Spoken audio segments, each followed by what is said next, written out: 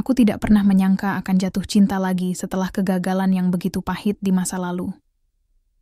Dunia rasanya telah menghakimiku terlalu kejam, menyisakan luka yang tak bisa dijelaskan dengan kata-kata. Tapi entah bagaimana, luka itu pelan-pelan mengering ketika dia datang. Dengan senyum lembut, tutur kata yang menenangkan, dan tatapan yang seolah melihatku, bukan hanya tubuhku, tapi hatiku yang telah lama rapuh. Namanya Fajar, pria berusia 37 tahun dengan karisma yang sederhana, tapi menenangkan.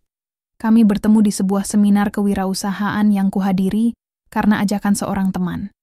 Saat itu, aku baru saja bangkit dari keterpurukan, baru 2 tahun menjanda setelah dikhianati mantan suami. Aku datang hanya untuk mengisi waktu, menghindari rumah yang terlalu sepi, dan mengusir kesunyian yang makin hari makin menggerogoti pikiranku. Aku masih ingat bagaimana dia menyodorkan kartu namanya dengan sopan. Kalau butuh bantuan soal bisnis rumahan, saya bisa bantu. Saya kebetulan punya jaringan supplier bahan baku, katanya kala itu. Bukan rayuan. Tidak ada nada menggoda, hanya niat membantu. Dan mungkin karena itu aku tertarik. Dia berbeda dari pria-pria yang sebelumnya mendekatiku, yang kebanyakan hanya ingin memanfaatkan status jandaku yang dianggap bebas. Hubungan kami berkembang cepat. Kami mulai saling menghubungi lewat WhatsApp, saling bertukar ide, saling curhat. Dia sering datang membawakanku makanan saat aku terlalu sibuk mengurus toko online kecil-kecilan yang sedang kurintis. Ia mendengarkan keluhanku, memberi semangat, dan membuatku merasa tidak sendiri lagi. Saya tidak punya banyak, tapi saya punya niat untuk menjaga. Katanya suatu malam, saat kami duduk di mobilnya, hujan turun deras, dan dunia seolah meluruh bersamaan dengan hatiku yang perlahan terbuka. Aku jatuh cinta. Perlahan, tanpa kusadari, aku menyerah pada perasaanku sendiri. 3 bulan kemudian, dia melamarku. Sederhana. Hanya di hadapan orang tuaku dan beberapa teman dekat. Tak ada pesta mewah, tak ada cincin berlian. Hanya janji yang diucapkan dari hati. Dan aku, dengan mata yang berkaca-kaca, menerimanya dengan senyum tulus. Aku percaya, mungkin ini adalah hadiah dari Tuhan atas segala luka yang pernah kutahan. Kami menikah secara sah di KUA. Keluarganya katanya tinggal di luar kota, dan tidak sempat datang karena mendadak. Waktu itu aku tidak berpikir aneh-aneh. Aku percaya padanya. Lagi pula ayahku juga bilang, kalau hatimu sudah yakin, tak perlu semua harus sempurna. Awal pernikahan kami terasa seperti mimpi. Ia selalu pulang membawa makanan kesukaanku, mencium keningku tiap pagi sebelum berangkat, kerja, dan tak pernah absen mengucapkan aku sayang kamu sebelum tidur. Kadang, aku bertanya-tanya, apa mungkin kebahagiaan ini terlalu cepat datang? Tapi aku buru-buru menghapus pikiran itu. Aku tidak ingin merusaknya dengan keraguan. Mungkin inilah akhirnya kisah cintaku yang bahagia. Bukankah semua orang berhak bahagia, walau setelah terluka? Yang tidak ku ketahui waktu itu adalah cinta yang datang terlambat. Terkadang datang karena orang itu tidak pernah benar-benar pergi dari cinta lamanya.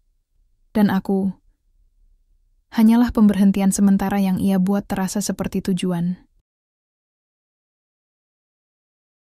Setelah resmi menjadi istri Fajar, aku merasa seperti hidup dalam babak baru, yang selama ini hanya bisa kubayangkan dalam mimpi. Kami memang tidak punya waktu untuk pergi bulan madu, ke tempat-tempat mewah seperti pasangan lain.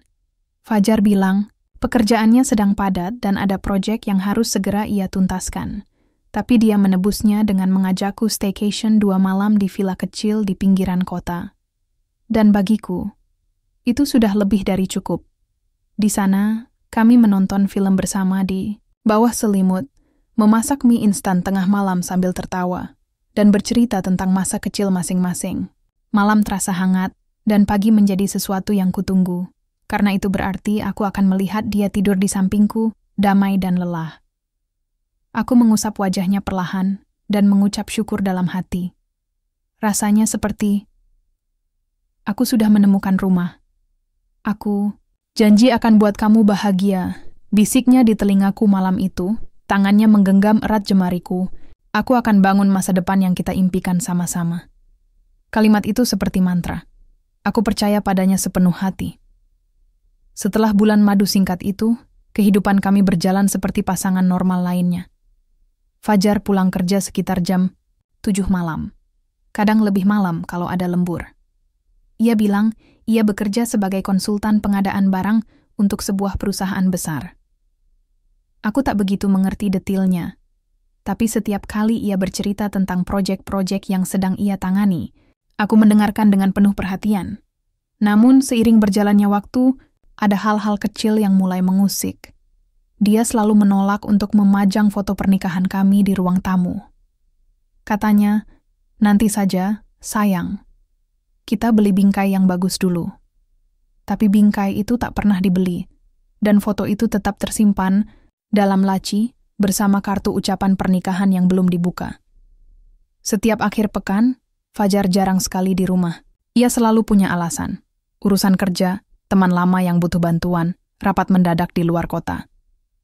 Awalnya aku percaya, tapi lama-lama, ada suara kecil di dalam hatiku yang mulai bertanya, benarkah semua itu? Aku nggak bisa ikut kamu ke acara keluarga. Ya, minggu ini ada rapat penting banget, katanya suatu kali saat aku memintanya menemaniku ke ulang tahun keponakan. Aku mengangguk. Nggak apa-apa, aku ngerti, tapi dalam hati, aku merasa seperti seorang istri bayangan. Semakin hari, aku merasa kami seperti dua orang yang tinggal serumah, tapi menjalani hidup yang berbeda. Dia jarang membiarkanku menyentuh ponselnya. Bahkan ketika ia tertidur, ia masih menggenggamnya erat, seolah ada sesuatu di dalamnya yang tak boleh kulihat. Namun, setiap kali aku mencoba membuka pembicaraan tentang itu, ia selalu bisa menenangkan kecurigaanku. Kamu mikir yang enggak-enggak ya? Katanya sambil mengelus rambutku. Aku kerja buat kita. Jangan rusak semuanya cuma karena pikiran kamu sendiri. Aku tertunduk. Mungkin benar. Mungkin ini hanya ketakutan berlebihan akibat masa laluku yang penuh kecurigaan. Tapi satu malam, saat aku merapikan pakaian di lemari, aku menemukan sesuatu yang membuat jantungku berdegup kencang. Sehelai blus perempuan berwarna krem, bukan milikku, terselip di antara kemeja-kemejanya. Aku mengambilnya perlahan. Harumnya lembut, asing, dan menyakitkan. Ketika kutanya, ia bilang, itu punyamu kali, atau punya Mbak Rani yang bantu-bantu di sini dulu. Aku tidak punya jawaban. Logikaku ingin melawan, tapi hatiku masih menyangkal, masih menggenggam sisa-sisa harapan bahwa ini hanya kesalahpahaman. Aku memeluk blus itu malam itu. Diam-diam menangis di dalam kamar mandi. Bukan karena aku bodoh, tapi karena aku terlalu ingin percaya bahwa cinta itu nyata, bahwa dia benar mencintaiku. Tanpa tahu, aku sedang berdiri di ujung jurang, dan sebentar lagi, dunia yang kuanggap rumah akan runtuh di bawah kakiku. Aku mulai memperhatikan hal-hal kecil. Hal-hal yang dulu kuanggap tidak penting kini menjadi potongan-potongan teka-teki yang meresahkan. Dan semakin kuperhatikan, semakin jelas bahwa ada sesuatu yang tidak beres dalam rumah tanggaku, atau lebih tepatnya, rumah tangganya. Pagi-pagi sekali, saat aku masih menguap dan belum sepenuhnya sadar, Fajar seringkali sudah mandi, berpakaian rapi, dan tergesa-gesa berangkat kerja. Kadang bahkan tanpa sarapan, hanya sempat mencium keningku dan berkata, "Aku meeting pagi ini, sayang." Tapi aku mulai mencatat. Beberapa kali dia mengenakan kemeja yang sudah disetrika sebelumnya, yang bukan aku yang menyiapkannya. Wangi, bajunya pun berbeda. Bukan pelembut pakaian yang biasa kupakai. Ada aroma lain, lebih mahal, lebih elegan, dan terasa bukan dari rumah ini. Ada juga momen ketika aku iseng membuka dashboard mobilnya. Aku ingin menaruh tisu di sana. Tapi saat kubuka, ada lipstik warna nude yang bukan milikku. Hampir tak terlihat karena tertutup kertas-kertas bon restoran. Aku membekukannya di tangan beberapa detik sebelum buru-buru menutup kembali, seolah-olah tidak terjadi apa-apa. Aku ingin bertanya, tapi aku takut. Takut mendengar jawaban yang bisa menghancurkan apa yang selama ini kubangun. Lagi pula, bukankah aku masih belum punya bukti apa-apa? Aku kembali meragukan diriku sendiri. Mungkin aku hanya terlalu sensitif. Sampai suatu malam, aku melihatnya mengetik sesuatu di ponsel dengan wajah cemas. Ketika aku datang dan duduk di sebelahnya, ia langsung mematikan layar dan menyelipkan ponselnya ke saku. Aku mencoba tersenyum. "Siapa itu?" Fajar mengangkat alis. "Klien, kenapa?" "Klien siapa malam-malam begini?" "Sayang." Ia menarik napas, lalu menyentuh tanganku. "Kamu jangan mulai lagi, ya? Aku kerja banting tulang buat masa depan kita. Tapi kamu malah curiga terus." Aku diam. Jangankan menjawab, menatap matanya saja aku tak sanggup. Beberapa hari kemudian, aku sedang membersihkan laci meja kerjanya ketika aku menemukan amplop coklat kecil. Di dalamnya ada undangan sekolah, bukan milik kami tentu saja. Tertulis, nama Raisa Putri Fajar sebagai siswa dan ada tanda tangan wali murid. Dengan nama Fajar Ahmad. Aku terdiam, jari-jariku gemetar. Putri Fajar? Siapa Raisa? Anak siapa? Aku duduk di lantai, memandangi kertas itu seolah tak percaya pada apa yang kulihat. Otakku berusaha mencari penjelasan yang logis. Mungkin ini keponakannya. Mungkin ia diminta bantu mengurus. Tapi kenapa ia tak pernah bercerita? Kenapa disembunyikan? Malam itu aku tak bisa tidur. Tubuhku berbaring di sebelahnya, tapi pikiranku berkelana. Aku merasa asing dengan pria yang selama ini kupanggil suami. Ada sesuatu yang besar sedang disembunyikannya. Dan entah kenapa, aku mulai merasa, mungkin aku bukan satu-satunya istri. Keesokan, harinya, aku menghubungi sahabatku, Ica. Kami bertemu di sebuah kafe, dan untuk pertama kalinya aku membuka semuanya. Ica mendengarkanku dengan mata membelalak, lalu berkata dengan tegas, "Ca, kamu harus cari tahu siapa dia sebenarnya. Kamu terlalu percaya sama orang yang kamu belum benar-benar kenal." Aku menunduk. "Tapi kalau aku salah, kalau kamu salah itu artinya dia memang suami yang baik. Tapi kalau kamu benar," Ica menggenggam tanganku. "Kamu harus siap." Dan hari itu, untuk pertama kalinya dalam hidupku aku merasa seperti sedang mempersiapkan diri untuk perang. Bukan perang dengan orang lain, tapi perang dengan kenyataan, bahwa cinta yang selama ini kupeluk erat mungkin hanyalah selimut palsu yang disulam dari kebohongan. Aku mulai melihatnya dengan cara yang berbeda. Bukan lagi sebagai suami yang mencintaiku sepenuh hati, melainkan sebagai teka-teki yang belum selesai kususun. Setiap gerak-geriknya kuteliti, setiap kata-katanya kutimbang, dan setiap senyumnya mulai terasa seperti topeng yang menutupi sesuatu yang jauh lebih gelap. Fajar masih bersikap manis seperti biasa, tapi kemanisan itu sekarang membuatku muak. Aku merasa seperti boneka yang terus digendong dengan kasih sayang palsu. Ia mencium keningku setiap pagi, tapi aku tahu ciuman itu tidak jujur. Mungkin ia mencium wanita lain dengan cara yang sama beberapa jam sebelum pulang ke rumah. Kecurigaanku bertambah ketika ia pulang terlambat hampir setiap malam. Alasannya selalu sama. Lembur, urusan kantor, atau rekan bisnis yang susah ditemui. Tapi aku mulai mencatat semuanya. Hari, jam, bahkan rute yang katanya ia lewati. Aku menyusun semua dalam buku catatan kecil yang kusimpan di laci bawah, tersembunyi di balik baju-baju lama. Sampai suatu sore, ketika aku sedang membersihkan mobilnya karena ia minta tolong mencucikan, aku menemukan sesuatu yang membuat napasku tercekat. Di bawah jok depan, tersembunyi rapi di antara lipatan karpet, ada sepucuk tiket parkir dengan nama tempat yang tak asing, Sekolah Dasar Cahaya Bangsa. Tempat yang sama yang tertulis dalam undangan sekolah anak bernama Raisa, yang kutemukan beberapa waktu lalu. Aku duduk diam di jok mobil, tiket itu kupeluk erat di dada, seolah-olah aku sedang memeluk kebenaran yang selama ini kusembunyikan dari diri sendiri. Tenggorokanku tercekat. Tak ada air mata, hanya sepi yang memekakkan telinga. Aku mulai merasa seperti orang asing di hidupku sendiri. Malam harinya, aku memutuskan untuk mengajaknya bicara. Aku menyiapkan teh hangat, membuat suasana senyaman mungkin. Aku tak ingin bertengkar. Aku hanya ingin kebenaran. "Mas, kataku pelan sambil meletakkan cangkir di depannya.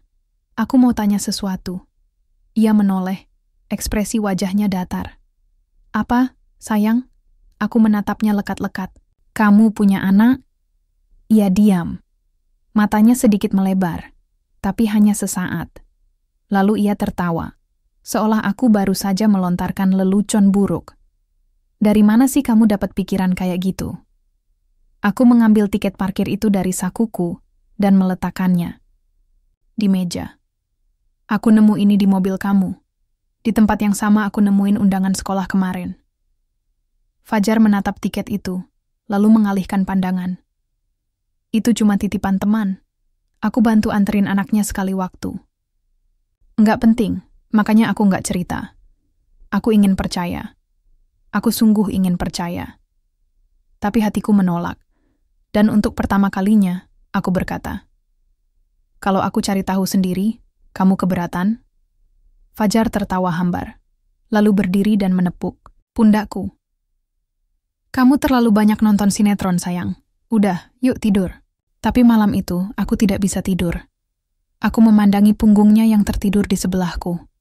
Punggung yang dulu membuatku merasa aman, sekarang terasa asing. Ada dinding tak kasat mata yang semakin tebal di antara kami. Dan semakin aku berusaha menembusnya, semakin aku tenggelam dalam ketakutan. Aku tahu aku harus mulai bergerak. Keesokan harinya, aku menelepon Ica. Aku mau tahu siapa sebenarnya suamiku, kataku tanpa ragu. Dan Ica, seperti sahabat sejati yang selalu tahu kapan harus bertindak, menjawab, besok kita ikutin dia. Aku tidak tahu apa yang akan kutemukan, tapi aku tahu satu hal pasti. Kepercayaan yang rusak tidak bisa direkatkan kembali dengan kata maaf saja. Dan aku bersiap untuk menemukan sesuatu yang bisa jadi akan mengubah hidupku selamanya. Pagi itu, aku berdiri di balik tirai kamar, memperhatikan Fajar yang seperti biasa bersiap pergi kerja. Kemeja putih, celana bahan gelap, parfum yang biasa ia semprotkan setiap pagi. Semuanya tampak biasa, terlalu biasa, seolah sudah dilatih untuk menyembunyikan sesuatu. Mas, jangan lupa makan siang, ya? Kataku pura-pura tenang, tersenyum. Iya, sayang, jawabnya sambil mengecup keningku. Nanti sore aku coba pulang lebih cepat. Kuharap itu bohong, karena hari ini aku dan Ica akan membuntutinya. Setelah mobilnya menjauh dari halaman rumah, aku langsung meraih ponsel dan menelepon Ica.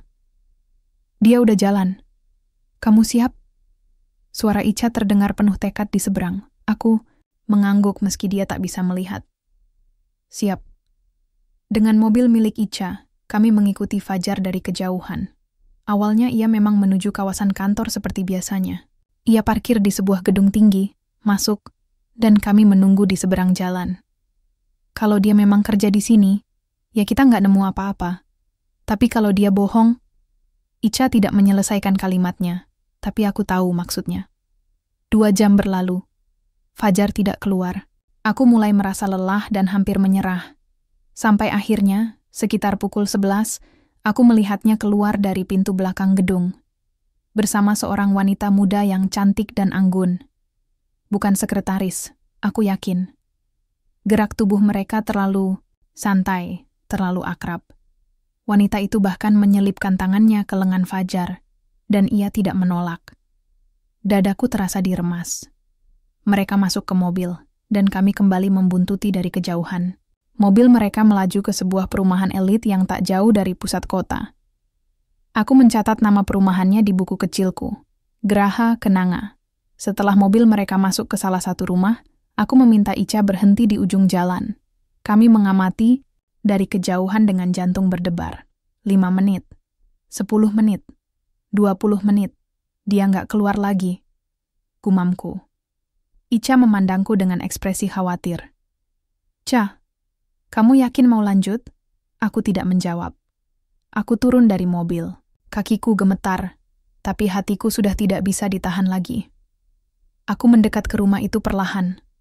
Pagar hitam yang tinggi, cat tembok putih bersih, taman kecil dengan ayunan anak-anak, dan di teras rumah itu, aku melihat pemandangan yang meruntuhkan segalanya. Fajar berdiri di samping wanita tadi, memeluk seorang anak perempuan kecil yang memanggilnya, "Papa." Aku membeku. Seluruh tubuhku kaku, seperti batu. Nafasku sesak. Dunia di sekitarku seakan berhenti. Ia bukan hanya punya wanita lain.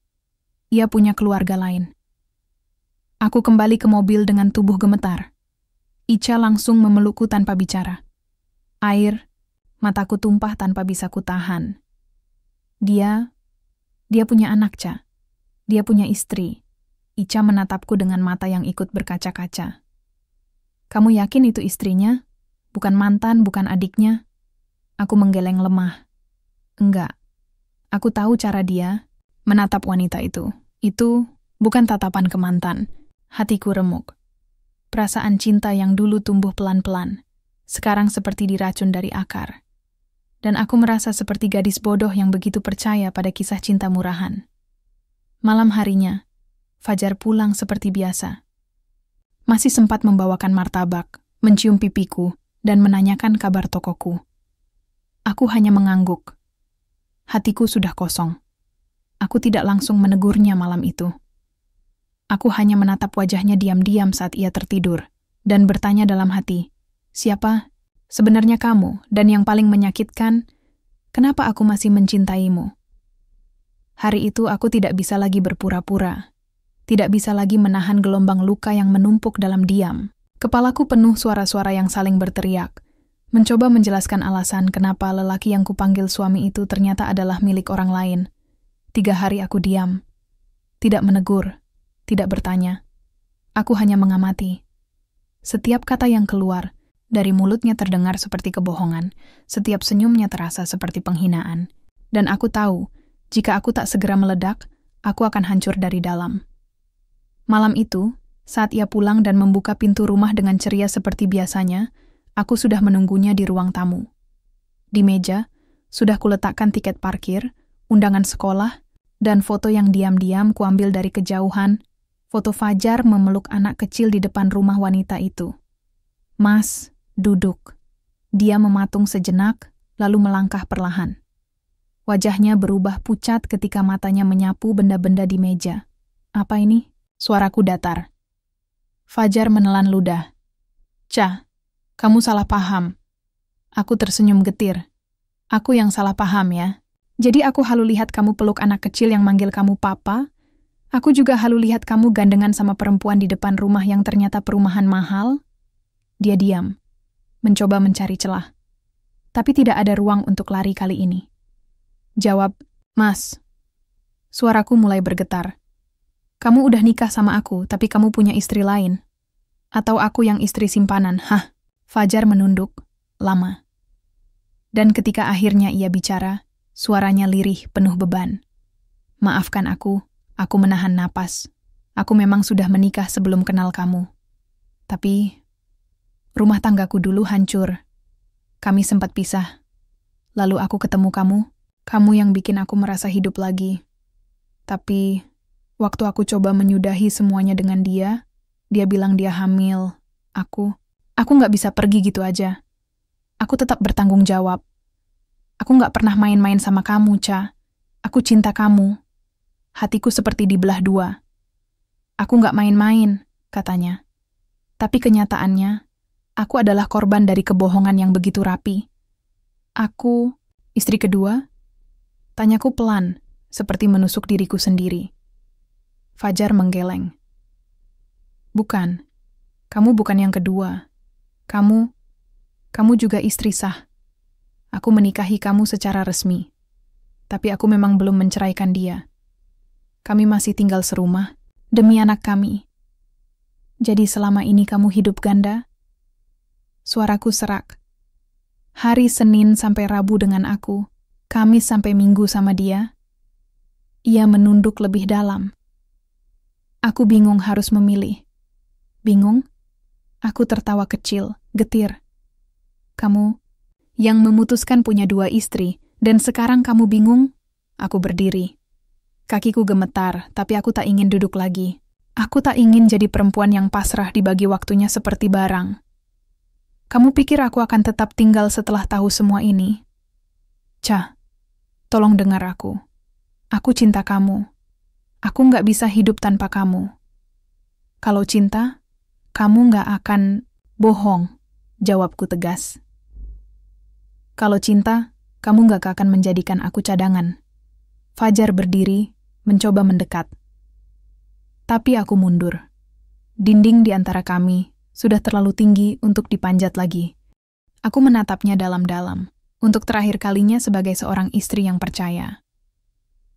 Aku mau pergi dulu dari rumah ini, ucapku pelan. Aku butuh waktu, jangan cari aku. Dan jangan bohong lagi, Mas. Karena luka ini terlalu dalam untuk sembuh dengan kata maaf.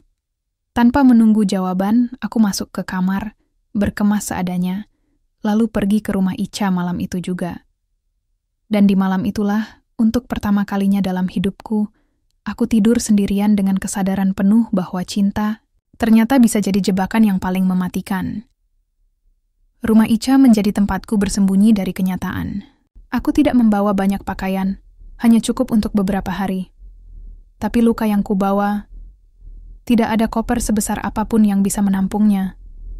Setiap malam aku tidur dengan mata terbuka, dan setiap pagi aku terbangun dengan dada sesak. Rasanya seperti berdiri di tengah reruntuhan rumah yang kubangun sendiri, dan menyadari bahwa pondasinya sejak awal memang retak. Ica tak banyak bicara. Ia menemaniku dalam diam, hanya sesekali menyodorkan secangkir teh hangat atau membiarkanku menangis di bahunya tanpa bertanya. Aku bersyukur punya dia. Kalau tidak, mungkin aku sudah gila. Apa kamu mau pulang ke rumah orang tuamu? Tanya Ica pelan suatu malam. Aku menggeleng.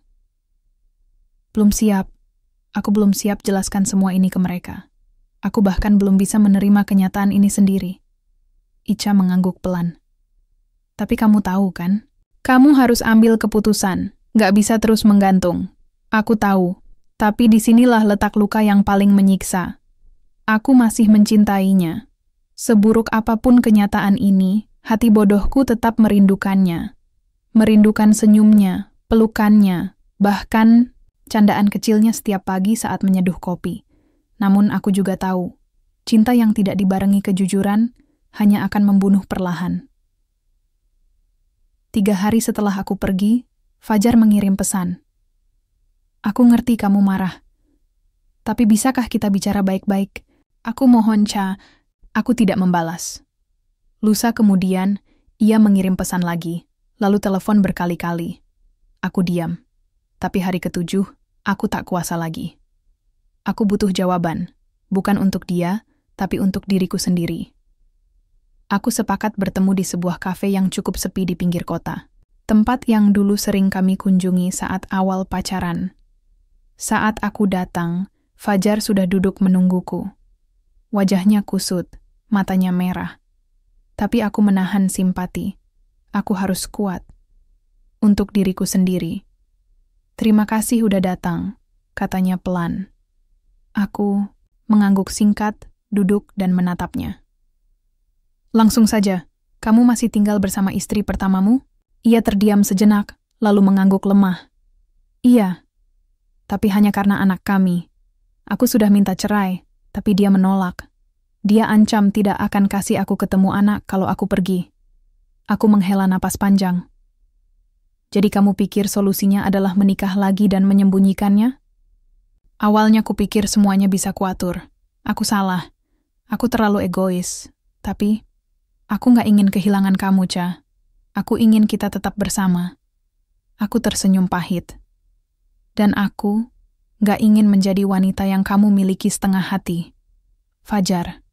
Mencoba meraih tanganku, tapi aku menariknya pelan. Aku butuh sesuatu yang utuh, Mas. Aku bukan tempat pelarian. Aku istri yang ingin dicintai dengan jujur, bukan dibagi waktunya. Ia menunduk dalam. Apa kamu udah gak cinta aku lagi? Pertanyaan itu menamparku. Tapi aku mengangkat wajahku dan menatap matanya. Aku masih cinta, tapi sekarang aku juga cinta diriku sendiri. Dan aku gak bisa terus menyakiti diriku demi cinta yang cacat. Air mata menetes dari mataku. Tapi tidak seperti sebelumnya. Ini bukan karena lemah. Ini karena aku tahu aku sedang melakukan hal yang benar. Kalau kamu beneran sayang sama aku, lanjutku pelan. Lepaskan aku. Biarkan aku sembuh. Kalau suatu hari nanti kamu sudah bisa menepati satu hati, baru kita bicara lagi. Tapi untuk sekarang, selesai. Aku pergi meninggalkannya di sana, duduk sendiri dengan wajah tertunduk, dan meski kakiku berat melangkah, aku merasa sedikit lebih ringan.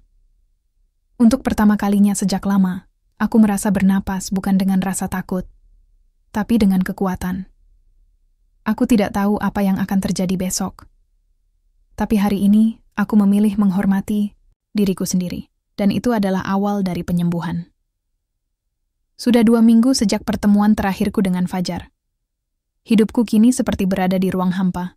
Tidak benar-benar gelap, tapi juga tidak ada cahaya yang cukup untuk disebut terang. Aku kembali ke rumah orang tuaku tanpa banyak penjelasan. Mereka tidak menuntut cerita. Mungkin karena mereka tahu, ada luka yang tak perlu diurai dengan kata-kata. Mereka hanya memberiku pelukan, dan itu cukup untuk membuatku menangis seharian.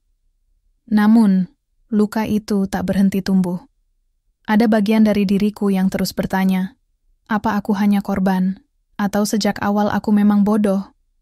Hingga hari itu datang. Aku sedang duduk di halaman belakang, menulis diari, sesuatu yang sudah lama tidak kulakukan. Ketika Icha datang terburu-buru dengan wajah panik, "Cha, kamu harus lihat ini." Ia menyerahkan ponsel. Di layar, terbuka akun Instagram seorang perempuan yang tidak kukenal. Tapi yang menarik adalah foto-fotonya. Ada Fajar bersama wanita yang dulu kulihat di rumah itu. Dan anak kecil yang memanggilnya, "Papa." Captionnya menamparku lebih keras dari yang bisa kulukiskan. "Terima kasih telah menjadi suami dan ayah yang luar biasa selama 7 tahun ini. Aku tahu hidup kita tidak sempurna, tapi aku bangga bisa bersamamu, Mas. 7 tahun. 7 tahun, aku menghitung mundur. Aku baru menikah dengan Fajar 2 tahun yang lalu. Tanganku gemetar. Aku menelusuri akun itu lebih dalam. Banyak foto keluarga mereka. Bahkan ada satu video singkat ulang tahun anak mereka tahun lalu. Di latar belakang terdengar suara Fajar menyanyi. Lagu ulang tahun, memeluk sang anak, mencium istrinya. Semuanya direkam, dipamerkan, dan nyata. Dan saat aku berpikir itu adalah puncaknya, aku menemukan satu komentar dari akun temannya. "Akhirnya kamu posting juga, Mbak. Udah saatnya orang-orang tahu siapa istri sah Mas Fajar sebenarnya." Dunia runtuh untuk kedua kalinya. Icha memandangku, ragu bicara. Tapi aku sudah tenggelam dalam pikiranku sendiri. Aku bukan istri sah. Selama ini, aku hanya wanita kedua. Dan semua janji pernikahan itu, semuanya dusta. Surat nikah yang dia tunjukkan padaku dulu, mungkin palsu, atau tidak pernah tercatat dimanapun. Air mataku jatuh tanpa suara. Tubuhku seperti membeku, sementara jiwaku menjerit. "Cak, aku nggak tahu harus bilang apa." "Aku nggak nyangka dia bisa sejahat ini," bisik Icha. Aku tak menjawab. Dadaku terlalu sesak untuk bicara. Yang aku tahu, aku harus berhenti berharap. Harus berhenti bertanya kenapa. Karena tidak semua luka bisa dijawab dengan alasan. Malam itu, aku membongkar laci tempat aku menyimpan segala berkas pernikahan kami. Surat nikah, fotokopi KTP, buku kecil catatan keluarga. Dan untuk pertama kalinya, aku memperhatikan semuanya dengan kepala dingin. Ada kejanggalan. Nomor akta nikah kami tidak bisa ditemukan dalam sistem pencatatan sipil online yang kuakses diam-diam. Kepalaku berdenyut. Segalanya jelas sekarang. Aku tidak pernah menikah secara sah dengan Fajar. Mungkin hanya nikah siri. Mungkin hanya formalitas di depan penghulu palsu. Tapi secara hukum, aku bukan siapa-siapa baginya. Aku bahkan tidak punya kekuatan untuk menggugat. Aku hanyalah korban dari cinta yang dikemas dalam kebohongan. Pukul 3 dini hari, aku menulis surat pendek untuk Fajar. Bukan untuk memintanya kembali, bukan pula untuk menyumpahinya, hanya untuk mengakhiri segalanya secara utuh. "Mas Fajar, terima kasih sudah mengajarkanku arti mencintai dengan mata tertutup. Tapi kini aku memilih membuka mata dan melangkah pergi. Semoga kamu bahagia dengan keluarga yang telah lama kamu sembunyikan. Aku tidak akan lagi mencari penjelasan. Karena luka ini sudah cukup menjadi bukti. C. Lalu aku membakar surat itu. Menontonnya jadi abu. Dan untuk pertama kalinya sejak semuanya terungkap, aku bisa bernapas sedikit lebih lega. Aku tahu esok masih akan menyakitkan. Tapi setidaknya, aku tahu aku tidak lagi hidup dalam kebohongan. Hidup memang tidak berhenti hanya karena hatiku remuk. Dunia tetap berputar, pagi tetap datang dan napas ini, meski berat, tetap harus dihela. Setelah semua luka, aku menyadari satu hal. Aku masih hidup. Dan selama aku hidup, aku bisa memilih. Aku bisa bertahan. Hari-hariku kini terasa hening, tapi tidak lagi kosong. Ada suara kecil dalam hati yang mulai bicara perlahan. Suara itu mengatakan, "Kamu pantas bahagia. Kamu bukan korban selamanya." Aku mulai bekerja lagi. Kembali ke meja yang dulu kutinggalkan saat memutuskan menjadi istri Fajar sepenuhnya. Rekan-rekan kerja menyambutku dengan pelukan hangat, tanpa tanya-tanya berlebihan. Mereka tahu, aku telah melalui badai. Salah satu hal yang paling sulit adalah membangun kembali rasa percaya pada orang lain dan pada diriku sendiri. Tapi aku mencobanya, pelan-pelan. Dengan setiap langkah kecil, aku menambal bagian diriku yang retak. Aku menulis lagi.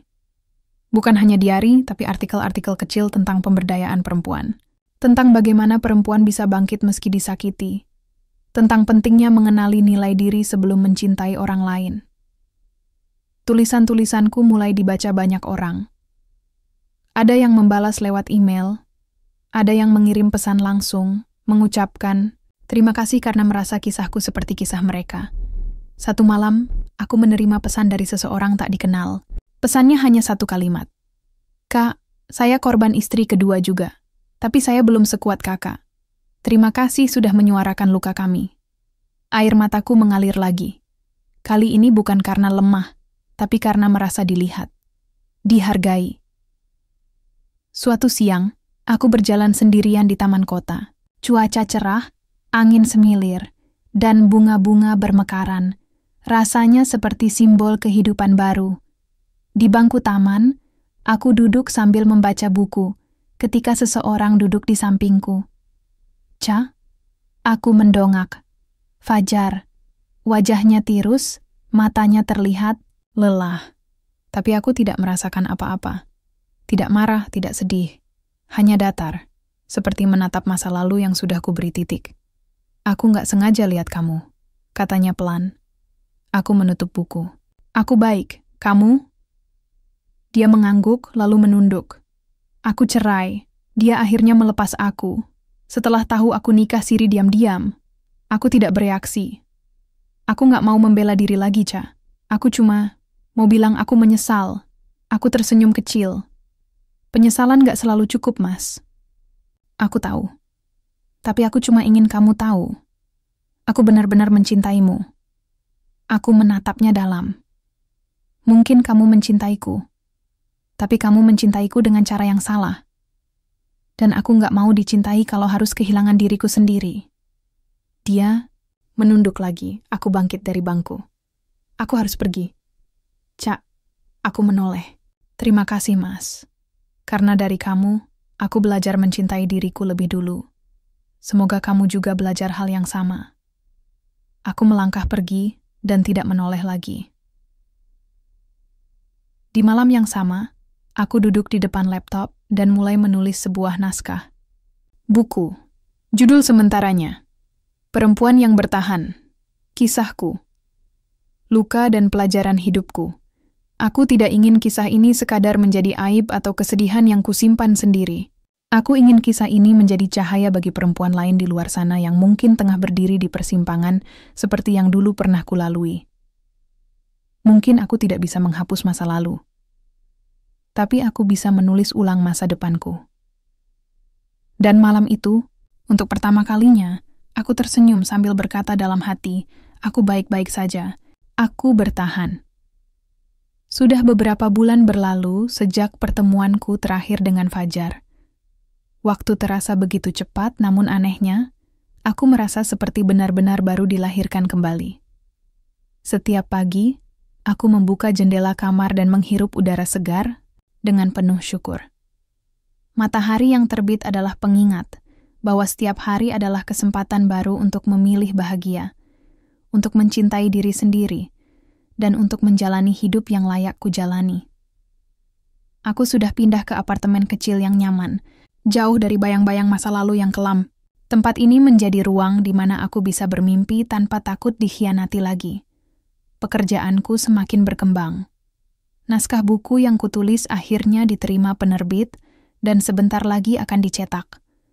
Mendengar cerita pembaca yang merasa terinspirasi oleh kisahku menjadi kekuatan yang tak terhingga. Aku sadar, luka yang dulu kutangisi kini menjadi jembatan untuk membantu perempuan lain bangkit. Di tengah kesibukan, aku juga mulai membuka hati untuk berteman dan mengenal orang baru. Tapi kali ini aku lebih berhati-hati belajar dari luka. Aku tidak lagi membiarkan cinta merusak diriku sendiri. Suatu sore, saat aku sedang menikmati kopi di sebuah kafe, seorang pria mendekat dan menyapa dengan senyum hangat. "Maaf, aku cuman ingin bilang kamu terlihat bahagia."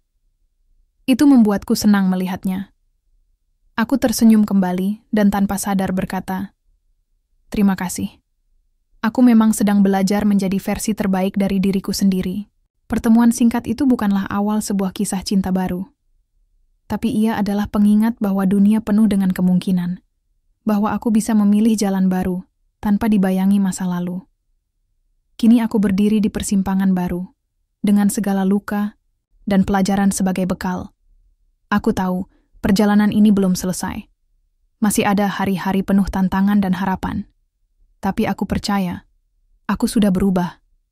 Aku yang dulu rapuh dan mudah terluka, kini menjadi aku yang kuat dan penuh harapan. Aku menikah dengan cinta yang sejati, cinta pada diriku sendiri, dan itu adalah awal dari kebahagiaanku yang sesungguhnya.